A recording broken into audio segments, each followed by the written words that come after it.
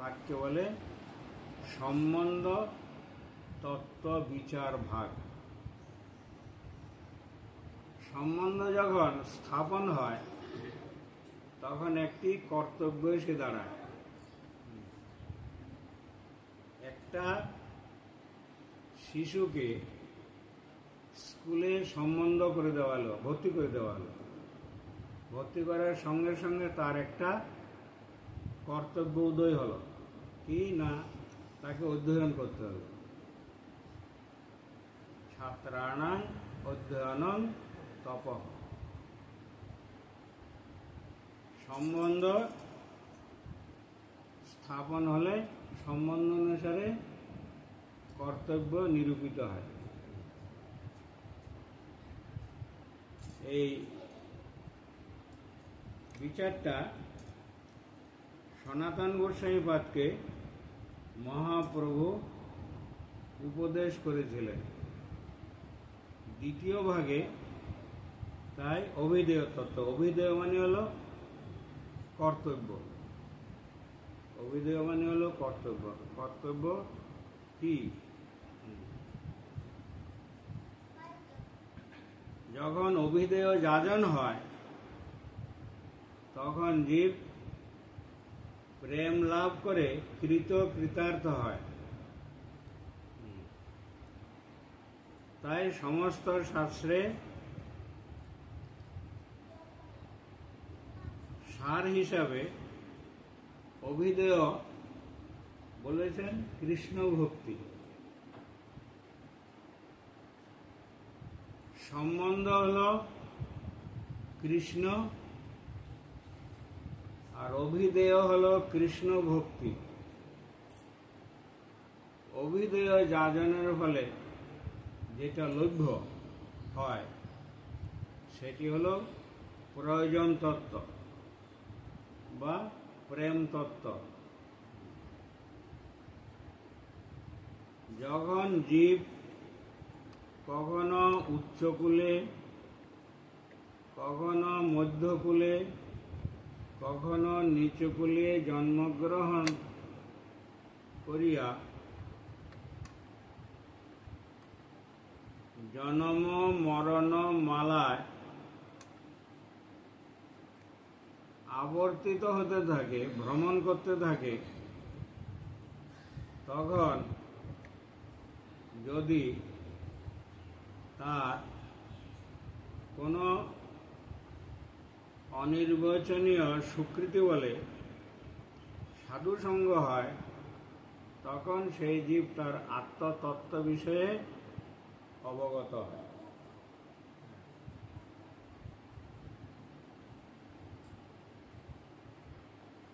সেই জন্যই বলছেন যে কৃষ্ণ ভক্তি একমাত্র অভিধেয়। এটাই মুনি ঋষিগণ নির্ণয় করেছেন। শ্রুতি, স্মৃতি, পুরাণ, পঞ্চরাত্র এই সকল শাস্ত্রে সর্বত্র কৃষ্ণ ভক্তি একমাত্র জীবের কর্তব্য বলে স্থাপন করেছেন। কৃষ্ণ ভক্তি একমাত্র করণীয়। বাঁচতে হলে দুটো খেতে হবে।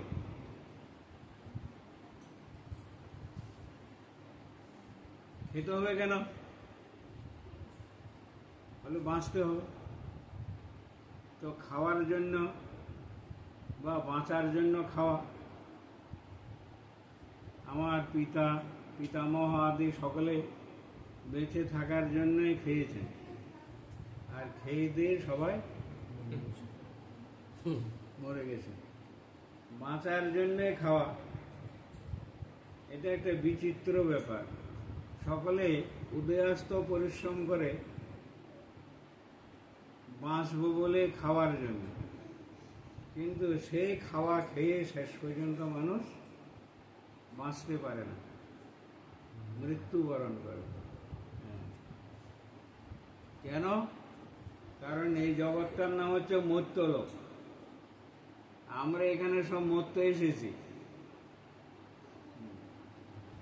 এখানে আমরা সবাই মরতে এসেছি। মর্ত্যলোকে আসলে মরতে হয়, এটাই এই মর্ত্যলোকের নিয়ম।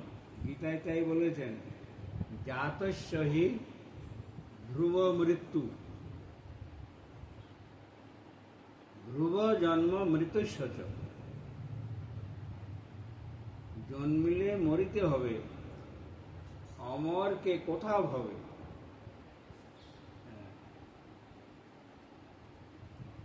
সেই জন্য বেঁচে থাকতে হবে। বেঁচে থাকার উদ্দেশ্য কি?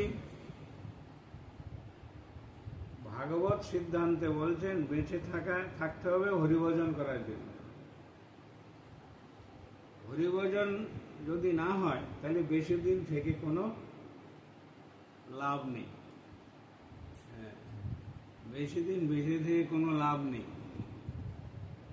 ওই জন্য রামচন্দ্র বলেছিলেন, রাজপুত্র শতঙ্গীব মা জীব ঋষিপুত্র। রামচন্দ্র বনবাস থেকে ফিরছে, তো ওইখানে দেখছে পথের মধ্যে একটা তীরবিদ্ধ শূকর খুব ছটফট করছে। তীর মেরেছে, গলায় তীরটা ফুটে গেছে, খুব ছটফট করছে। তো রামচন্দ্র বলে, এই কর্মটা কে করে? এই জীবটা এত কষ্ট পাচ্ছে। এই দিক ওদিক তাকায় দেখছে যে ওই একটা শিকারী ওখানে তীর ধনুক নিয়ে এটাকে মেরেছে। তখন রাজপুত্র স্বগতোক্তিতে এই শ্লোকটা বলেছেন, হে ব্যাধ, জীব বা মর বা। সংস্কৃতে মা শব্দের অর্থ হলো না। মা জীব, মা জীব মানে তুমি বেঁচে থেকো না। মা মর মানে তুমি মরেও যেও না। রাজপুত্র শতং জীব, রাজপুত্র তুমি 100 বৎসর পরমায়ু লাভ করো। তুমি তাড়াতাড়ি মরিও না। কেন না? তুমি যদি বেশি দিন জগতে বেঁচে থাকো, এখানে তুমি রাজপুত্র রাজভোগ খেতে পাবে। আর যদি মরে যাও, মরে গিয়ে পরপারে তুমি কিছু পাবে না। তার চেয়ে তুমি যতদিন বেশি বেঁচে থাকতে পারো ততদিনই মঙ্গল। তোমার ভোজন পর্বটা সুসম্পন্ন হবে। রাজপুত্র শতং জীব মা জীব ঋষিপুত্র ক।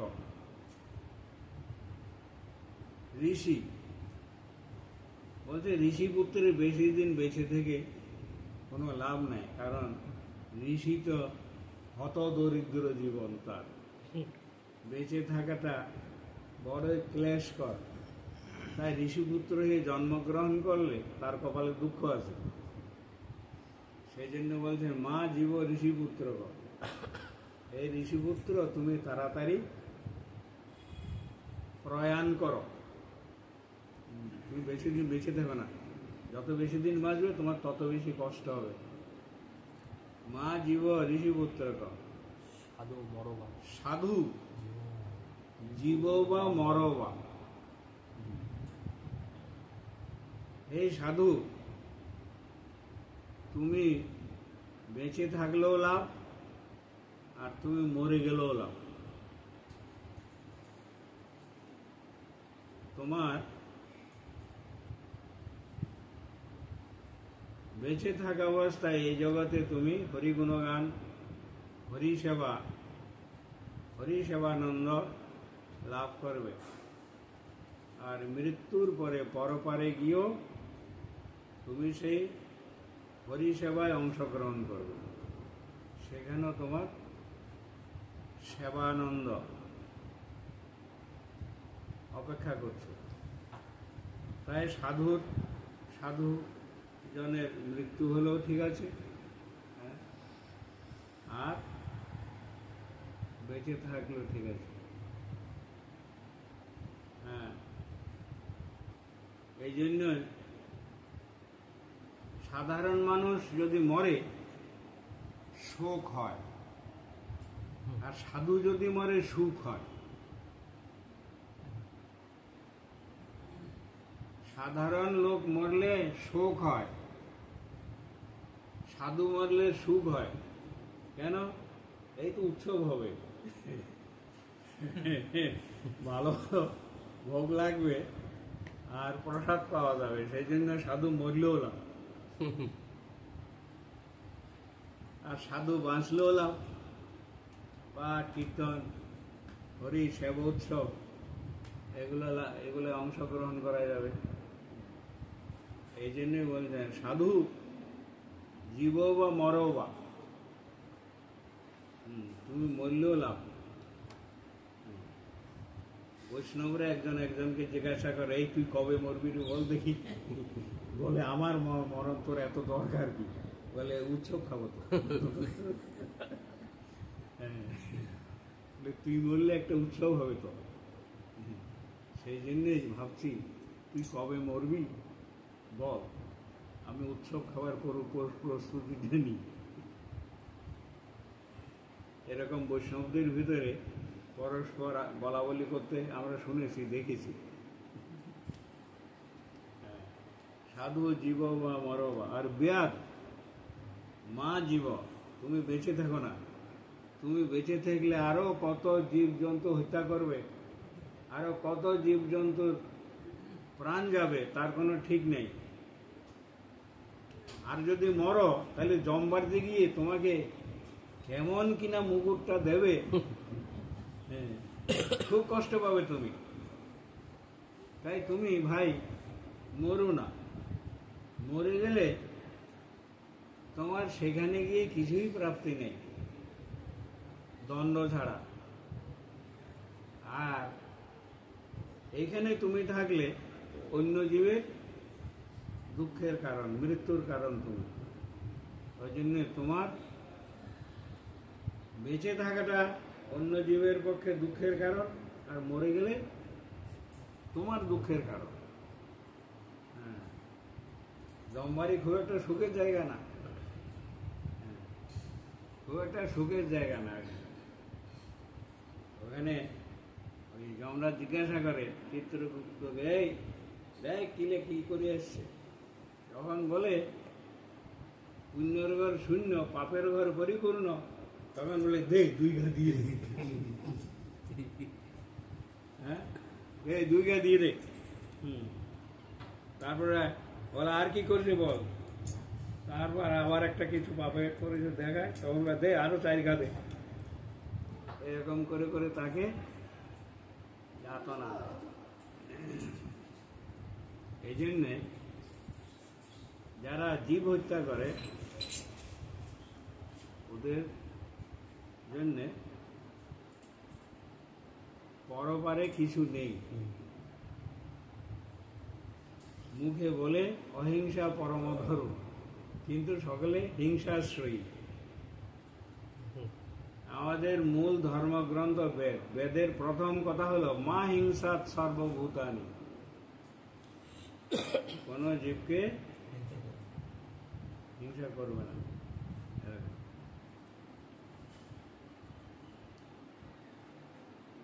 মা হিংসা সর্বভূতানি। আবার বলছে জীবৈশ্য জীব, এক জীব আরেক জীবকে খাবে, খেয়ে বেঁচে থাকবে। তারপরে 3 নম্বরে গিয়ে বলছে কোন জীবকে খাবে। এরকম বিচার কেউ আছে? মানুষ সেগুলো দেখে না, দেখতে চায় না, দেখতে চায় না। কেন? কারণ দেখলে ভালো হয়ে যাওয়ার ভয় আছে। ভালো হয়ে যাওয়ার ভয়ে লোক শাস্ত্রাদি বিশেষ পড়ে না, ভালো হয়ে যাওয়ার ভয় আছে। শিশু বুদ্ধি বলে। শিশুকে যখন বেশভূষা পরিয়ে সাজিয়ে যাওয়া হয় তখন তার ভালো লাগে না, কারণ কিছুক্ষণ পরে মা তাকে বলবে স্কুলে যা। হ্যাঁ, স্কুলে যা। বদ্ধজীবেরও এরকম অবস্থা, শিশু বুদ্ধি। ওই জন্য শিশুপালের কথা আসে, শিশু বুদ্ধির দ্বারা পালিত শিশুপাল। তো আমরা সনাতন গোস্বামী পাদকে প্রদত্ত মহাপ্রভুর অভিদয় তত্ত্ব শিক্ষা বিষয়ে আলোচনা করবার জন্য এখানে সমবেত হয়েছি। তাই পড়ি।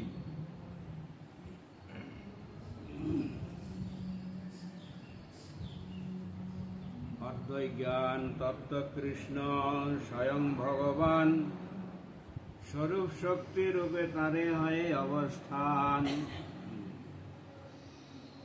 ভগবান অদ্বৈত জ্ঞান তত্ত্ব। ভগবান, ভগবানের নাম কি? ভগবানের নাম হলো কৃষ্ণ। ভগবানের নাম হলো কৃষ্ণ। সেই কৃষ্ণের একটি ষড়শয্যা আছে। এই ষড়শয্য থাকাতে তাকে ভগবান বলে। ষড়শয্য সমগ্র ঐশ্বর্য, বীর্য, যশ, শ্রী, জ্ঞান, বৈরাগ্য, এই ছয়টিকে একসঙ্গে বলে ভগ। এই ষড়শয্য বা ভগ যার থাকে তাকে বলে ভগবান। বান শব্দের অর্থ থাকা অর্থে ব্যবহার হয়।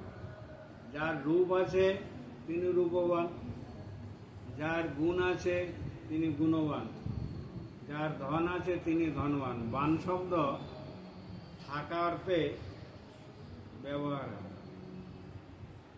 ভগবান মানে হলো যার ষড়শয্য আছে। ভগবানের অসংখ্য স্বরূপের মধ্যে মাত্র 3টি স্বরূপের মধ্যে ষড়শয্যের পূর্ণতা আছে। 3টি স্বরূপের মধ্যে ষড়শয্যের পূর্ণতা। সব স্বরূপে ষড়শয্যের পূর্ণতা নেই। সেই 3টি স্বরূপের একটি হলো নৃসিংহদেব। নৃসিংহদেবের মধ্যে ষড়শয্যের পূর্ণতা আছে, পরিপূর্ণ ষড়শয্য আছে নৃসিংহদেবের। দ্বিতীয়টি হল রামচন্দ্র। রাম, জানকী রমন রাম, রামেরও ষড়শয্য পূর্ণরূপে আছে। আর তৃতীয় হল কৃষ্ণ, কৃষ্ণের ষড়শয্য আছে। এই জন্য ভগবানের এই 3টা স্বরূপকে পরাবস্থ স্বরূপ বলে। পরাবস্থ স্বরূপ বলে শিল রূপ গোস্বামী পাদ লঘু ভাগবতামৃতে পরাবস্থ আলোচনা করেছে। ভগবানের পরাবস্থ অন্যান্য স্বরূপের সঙ্গে পরাবস্থ স্বরূপের বৈশিষ্ট্য কি? পরাবস্থ স্বরূপের একটা বৈশিষ্ট্য হলো যে কোনো জীব কোনো না কোনোভাবে, সে যেভাবে হোক, যদি নৃসিংহদেব অথবা রামচন্দ্র অথবা কৃষ্ণচন্দ্রের নিকট গিয়ে উঠতে পারে, তুমি একটু ছোট বসে ওনার কথা বলছো, গিয়ে যদি উঠতে পারে তাহলে তাকে তিনি কৃপা করতেই হবে। কোনোভাবে ঘি উঠলেই তাকে তিনি কৃপা করতেই হবে। বিভীষণ ঘি উঠল রামচন্দ্রের নিকট, রামচন্দ্রের নিকট বিভীষণ ঘি উঠলে তখন রামচন্দ্র তাকে অঙ্গীকার করেছে, অঙ্গীকার করে তাকে সঙ্গে প্রীতি ব্যবহার করছে। হনুমান দেখে রামচন্দ্রকে বলছেন, প্রভু আপনি বিভীষণকে এত আদর করছেন কেন? এত আদর করছেন কেন? কারণ সে তো শত্রুপক্ষের লোক, রাবণের পক্ষের লোক, আমাদের বিরোধী পক্ষের লোক, তো তাকে আপনি এত যত্ন করছেন। তখন ভগবান রামচন্দ্র সক্রিদেব প্রপন্ন কৃপান অভিযাচতে এই শ্লোকটা বললেন। বললেন যে হে হনুমান শুনো, আমার এই রামচন্দ্র স্বরূপে একটা বৈশিষ্ট্য আছে। সেই বৈশিষ্ট্যটা হলো, কেউ কোনো না কোনোভাবে সে মিত্র বুদ্ধিতেই হোক আর শত্রু বুদ্ধিতেই হোক, ভালোবেসেই হোক কিংবা ষড়যন্ত্র করেই হোক, কোনো রকম যদি আমার স্মরণে আগত হয় তাহলে তাকে কৃপা করাই আমার এই অবতারের একটি বিশেষত্ব।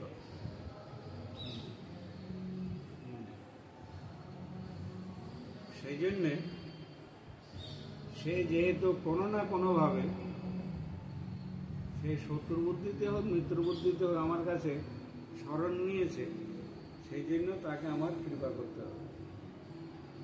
তাই তুমি কিছু বলো না।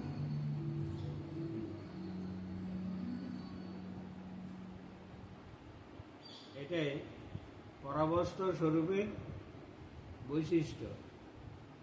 নৃসিংহদেবও সেরকম। নৃসিংহদেবের কাছে কেউ শরণ নিলে তিনি তাকে অনতিবিলম্বে কৃপা করতে বাধ্য, তার বাধ্যবাধকতা আছে। হ্যাঁ, স্বরূপ বৈশিষ্ট্য মেনটেন করতে হলে তাকে কৃপা করতে হবে। তাই তিনি অবুঝ প্রহ্লাদ মহারাজকে কৃপা করলেন, অবুঝ প্রহ্লাদ মহারাজকে রক্ষা করলেন। নৃসিংহদেব আমাদের গৌড়ীয় বৈষ্ণবগণের কিন্তু উপাস্য তত্ত্ব নয়, কিন্তু নমস্য তত্ত্ব। ভগবানের যে কোনো একটা স্বরূপ হয় উপাস্য তত্ত্ব, আর অন্যান্য স্বরূপগণ হয় সাধকের নমস্য তত্ত্ব। কোন স্বরূপকে অবহেলা করা যায় না, তাতে ভগবত তত্ত্বে ভেদ বুদ্ধি হয়। ভগবত তত্ত্বে ভেদ বুদ্ধি হলে অপরাধ হয়। চৈতন্য চরিতামৃতে আছে এক জায়গায়, ঈশ্বর তত্ত্বে ভেদ মানিলে হয় অপরাধ। এই জন্য ঈশ্বর তত্ত্বে কখনো ভেদ করতে নেই।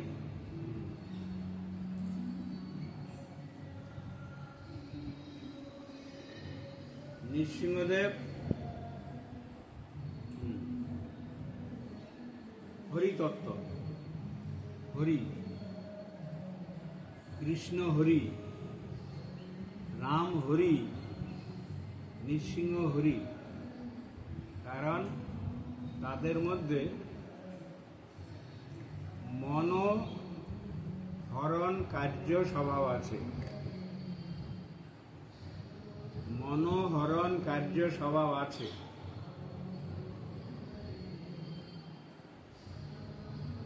ভগবানের একটা চৌর্য বৃত্তি স্বভাব আছে, চুরি করা স্বভাব।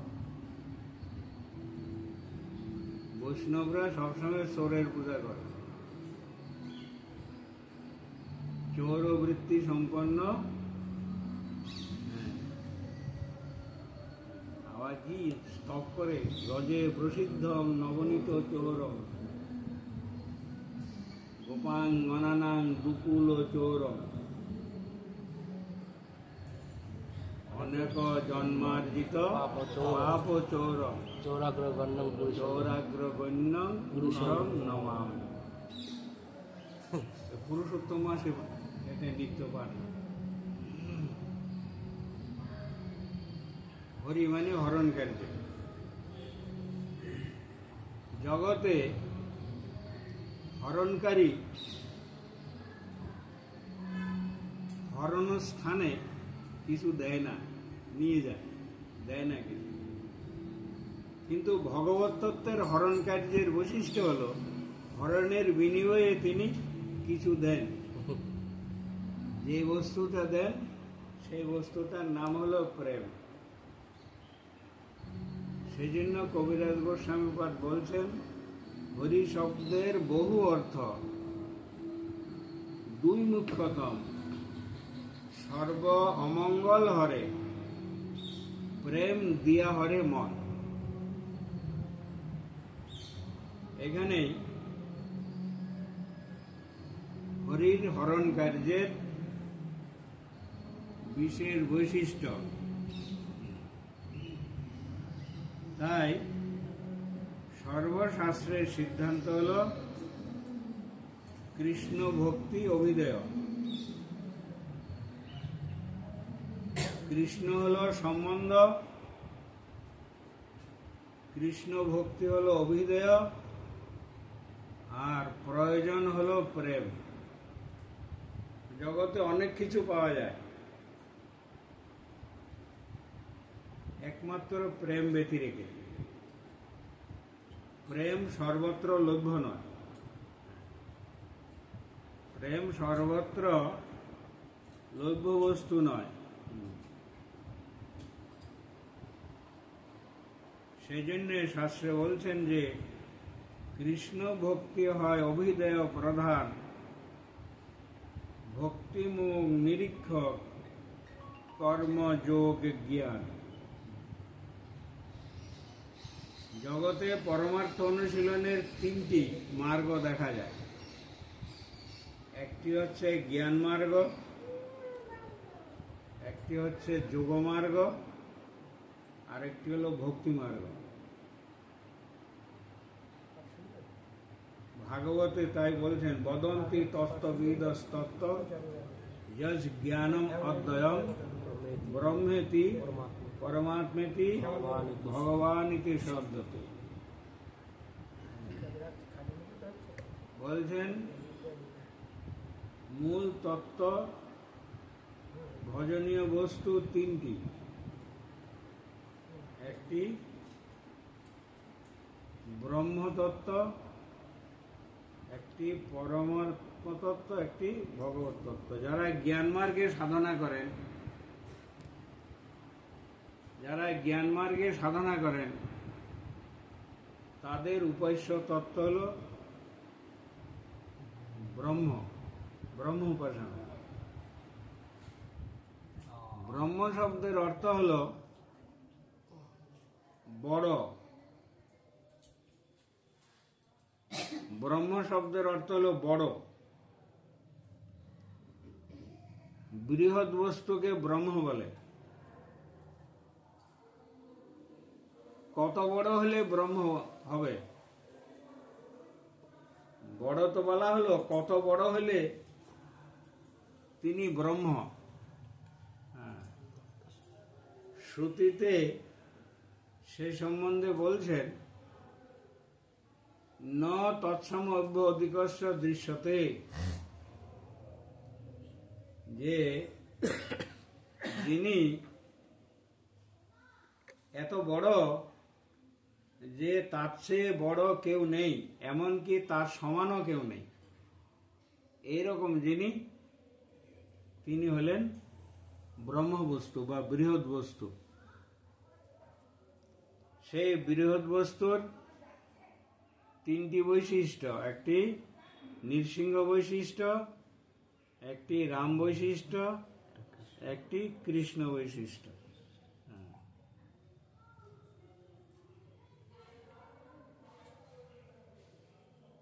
সেই জন্যে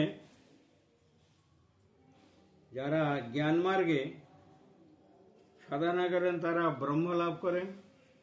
ব্রহ্ম আবার দুই প্রকার, নির্বিশেষ ব্রহ্ম মানে নিরাকার ব্রহ্ম, আকারহীন ব্রহ্ম, আর সাকার ব্রহ্ম। আকারযুক্ত ব্রহ্ম আর নিরাকার ব্রহ্ম। নিরাকার বলে কিছু আছে কি জগতে? নিরাকার বলে কিছু নেই। নিরাকার বলে কোনো কথা হয় না। নিরাকার বলে কোনো কথা হয় না। নিরাকার শব্দকে যদি ভালোভাবে বিচার করা যায় তাহলে অর্থ দাঁড়ায় নির্দিষ্ট আকার নেই যায়, তাকে নিরাকার বলে। হ্যাঁ, নির্দিষ্ট আকার কার নেই? জলের। জলের কোনো নির্দিষ্ট আকার নেই। যে পাত্রে রাখে সেই পাত্রের আকার ধারণ করে। নিরাকার বললে আচার্যরা বলছেন নিরাকার মানে হলো আকারহীন নয়, নিরাকার মানে হলো নির্দিষ্ট আকারের অভাব। বাদিরাজ খান দ্বিতীয় মধ্যাচার্য বলে ওনাকে। উনি তার যুক্তি মল্লিকা গ্রন্থে এই এত সূক্ষ্ম যুক্তি দিয়ে সমস্ত তত্ত্বকে, বিরুদ্ধ তত্ত্বকে খণ্ডন করেছেন। বাদিরাজ খান যুক্তি মল্লিকা বলে একটা গ্রন্থ লিখেছেন। এখন পাওয়া যায় না। পাওয়া যায় না, পাওয়া যায় না, চৈতন্য মঠ থেকে ছাপাচ্ছে না। তাহলে অন্য কোথাও পাওয়া যাবে, অ্যাভেলেবেল অনলাইনে আছে।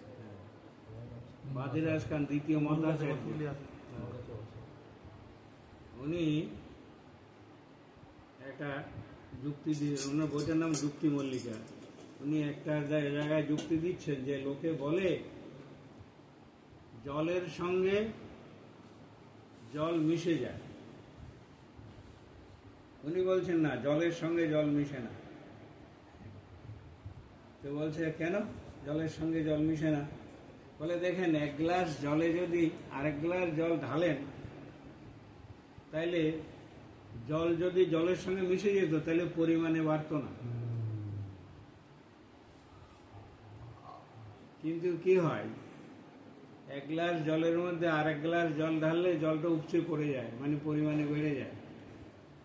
উনি যুক্তি দিয়ে দেখাচ্ছেন যে জলের সঙ্গে যদি জল মিশে যেত তাহলে পরিমাণে বাড়ত না।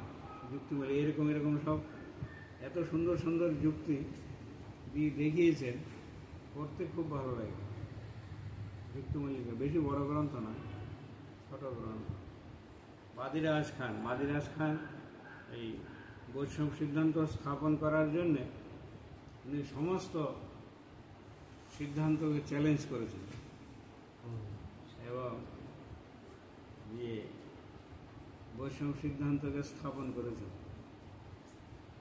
তো ওনার ওই রকম দেখে ওনাকে লোকে বাদিরাজ খান বলে উপাধি দিয়েছে।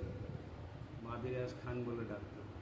বাদিরাজ খানের লেখাগুলো খুব যুক্তিপূর্ণ, কথার দ্বারা তত্ত্ব স্থাপন করেছে।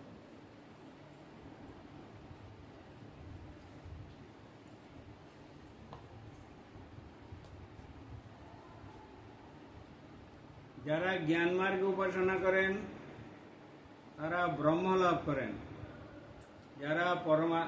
যারা যোগমার্গে উপাসনা করেন তারা পরমাত্মা সিদ্ধি প্রাপ্ত হন। এই যে গোরখপুর প্রেস যারা এই যে রামসুখদাস বাবা এনারা ওনাদের যে সাধন, এটা যোগ সাধন, তাদের উপাস্য তত্ত্ব হলো পরমাত্মা, চতুর্ভুজ পরমাত্মা সিদ্ধি তাদের। হ্যাঁ, আর যারা ভক্তিমার্গে সাধন করেন তারা ভগবত প্রেম লাভ করেন। এখানে প্রেমেই সাধ্য বস্তু। জগতে প্রেম ছাড়া আর সব কিছুই পাওয়া যায়, বুঝতে পারছেন? জ্ঞান এবং যোগ সাধন পন্থা হলেও ভক্তির সাহায্য ছাড়া তারা কিন্তু ফল দিতে পারে না, তারা ফল দিতে পারে না।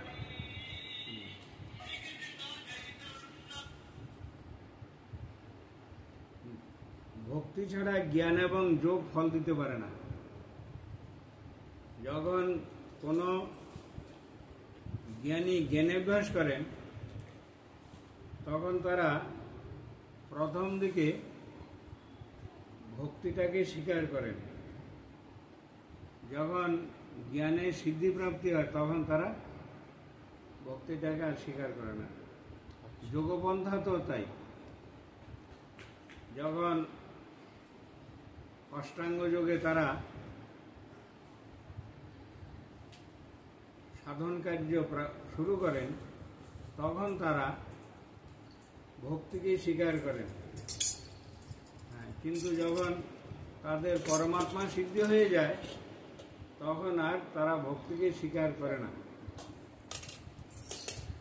হ্যাঁ, এটা একরকম ছাদে ওঠার জন্য মই নিয়েছিলাম, ছাদে ওঠার পর পা দিয়ে ঠেলে মইটাকে ফেলে দেওয়া। হ্যাঁ, এরকম। কিন্তু ভক্তি সেরকম নয়। ভক্তি উপক্রম এবং উপসংহার দুটাই এক। সেই জন্য কবিরাজ গোস্বামীপাদ বলছেন, কেবল জ্ঞান মুক্তি দিতে নারে ভক্তি বিনে, কৃষ্ণন মুখে সেই মুক্তি হয় বিনা জ্ঞানে। বলছেন শুধুমাত্র জ্ঞান ভক্তির সাহায্য ছাড়া ফল দান করে না। কিন্তু ভক্তিজীবীর পক্ষে সেই মুক্তিটা অনায়াসে হয়। বৃন্দাবন দাস ঠাকুর মহাশয় বলছেন, আগে হয় মুক্ত সর্ববন্ধের বিনাশ, তবে জীব হইতে পারে শ্রীকৃষ্ণের দাস। যখন দীক্ষা সংস্কার প্রাপ্ত হয়, সদাচার স্বীকার করে, তখন সেই জীবটা কিন্তু মুক্ত, সমস্ত কর্মফল থেকে মুক্ত হয়ে যায়। যদিও দীক্ষা প্রার্থী বুঝতে পারে না, সে কিন্তু মুক্ত হয়ে যায়। কারণ সদাচার স্বীকার করছে, তিলক ধারণ করছে। তিলকের স্পর্শ যে শরীরে হয়, তিলকের একটা মাহাত্ম্য হলো সে অবশ্য মুক্তি লাভ করবে।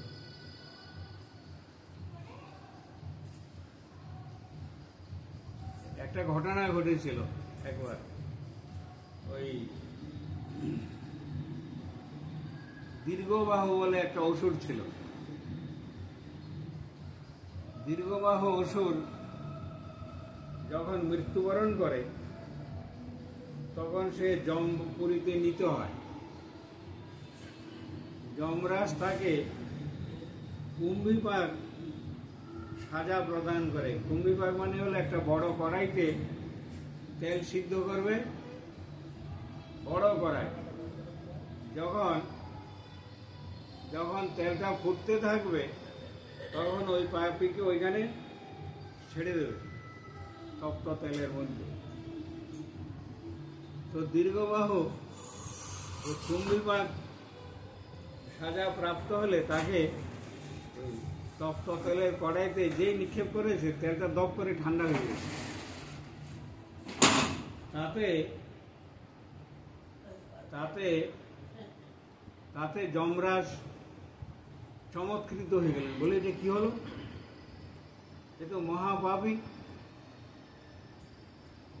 হ্যাঁ, প্রহ্লাদ মহারাজকে যখন কুম্ভীপাকে দিয়েছিল তেল ঠান্ডা হয়ে গেছিল, বরফের মতো ঠান্ডা হয়ে গেছিল। যমরাজ চিন্তা করছে প্রহ্লাদ মহারাজের কাছে ক্ষেত্রে সেটা হতে পারে, কারণ তিনি হরিভক্ত ছিলেন, তার ক্ষেত্রে হতে পারে, কিন্তু এ তো ওষুধ, একে কুম্ভীপাক তেলে ছাড়ার সঙ্গে সঙ্গে তেল ঠান্ডা হয়ে গেল কেন, এটা কিরকম হলো? যমরাজ এখন দুশ্চিন্তাগ্রস্ত হয়ে গেছে, ভাবতে ভাবতে এটার আর কোনো কারণ খুঁজে পায় না। এরকম ভাবতে ভাবতে ভাবতে ভাবতে উনি খুব দুশ্চিন্তা ক্লিষ্ট হয়ে পড়েছেন। সেই সময় একদিন নারদ ঋষির সঙ্গে দেখা। তখন বলছেন, ঋষিবর, আপনি আমাকে দুশ্চিন্তা মুক্ত করুন। বলে, তোমার কি হয়েছে আবার? বলছে যে এরকম অসুর দীর্ঘবাহুকে কুম্ভীপাককে দেওয়া মাত্র আমার তেল ঠান্ডা হয়ে গেল। প্রহ্লাদ মহারাজের যেরকম হয়েছিল সেরকম হয়েছে ঘটনা। এটা কেন? আপনি এটা কি কারণে হয়েছে আপনি আমাকে একটু বলে দিন। তখন উনি একটু ধ্যান করে ক্যালকুলেশন করে দেখলেন, উনি ধ্যানে বসে দেখছেন দীর্ঘবাহু এক জায়গায় দাঁড়িয়েছিল, হঠাৎ করে মাথা ঘুরে পড়ে মরে গেছে। আর যেখানে পড়েছে সেখানে একটা তিলক ছিল, তিলক মাটির খণ্ড কোনো কারণে পড়েছিল। ওই তিলক মাটির স্পর্শ হওয়াতে সে মুক্তি লাভ করেছে। তখন নারদ ঋষি ধর্মরাজকে বলছেন যে যখন মাথা ঘুরে পড়ে মরেছিল তার দেহটা একটা তিলক খণ্ড স্পর্শ পাইছিল, সেই জন্য আপনার তেল ঠান্ডা হয়ে গেছে। একটা অসুর অজ্ঞাতে মাথা ঘুরে পড়ে তিলক খণ্ডের স্পর্শ যদি মুক্তি পায়, আর যারা দৈনিক তিলক মারতেছে কপালে, বুকে, পিঠে, পেটে, তাদের তাইলে কি হবে? নিশ্চয় তারা মুক্ত পুরুষ। শাস্ত্রে এই জন্যে সদাচার স্বীকারকারীকে মুক্ত পুরুষ বলেছে। রূপ গোস্বামীপাদ যখন ওই নামাষ্টক লিখছেন কি বললেন? ওই মুক্ত কলু রূপস্য মহানাম পরিতস্থান হরিনাম সংশয়। হ্যাঁ, নামাষ্টকে নিখিল শ্রুতি মৌলি রত্নমালা দুটি মিরাজিত পাদ পঙ্কজান্ত ওই মুক্ত কলু রূপস্য মহানাম পরিতস্থান হরিনাম স্বয়ং। যারা তিলক ধারণ করে হরিনাম করে তারা তাদেরকে মুক্ত পুরুষ বলেছে। রূপ গোস্বামীপাদ বলেছে, আমি বলছি না।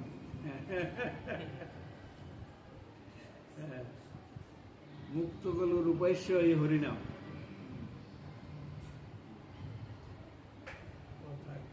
হ্যাঁ, এ পর্যন্তই থাক। এইখানে রহিল গ্রন্থ অমৃত লহরী, বদন বরিয়া সবে বল হরি হরি। দয়াল ব্রজেন্দ্র নন্দন ভজে যে সফল জীবন তার। দয়াল ব্রজেন্দ্র নন্দন ভজে যে সফল জীবন তার।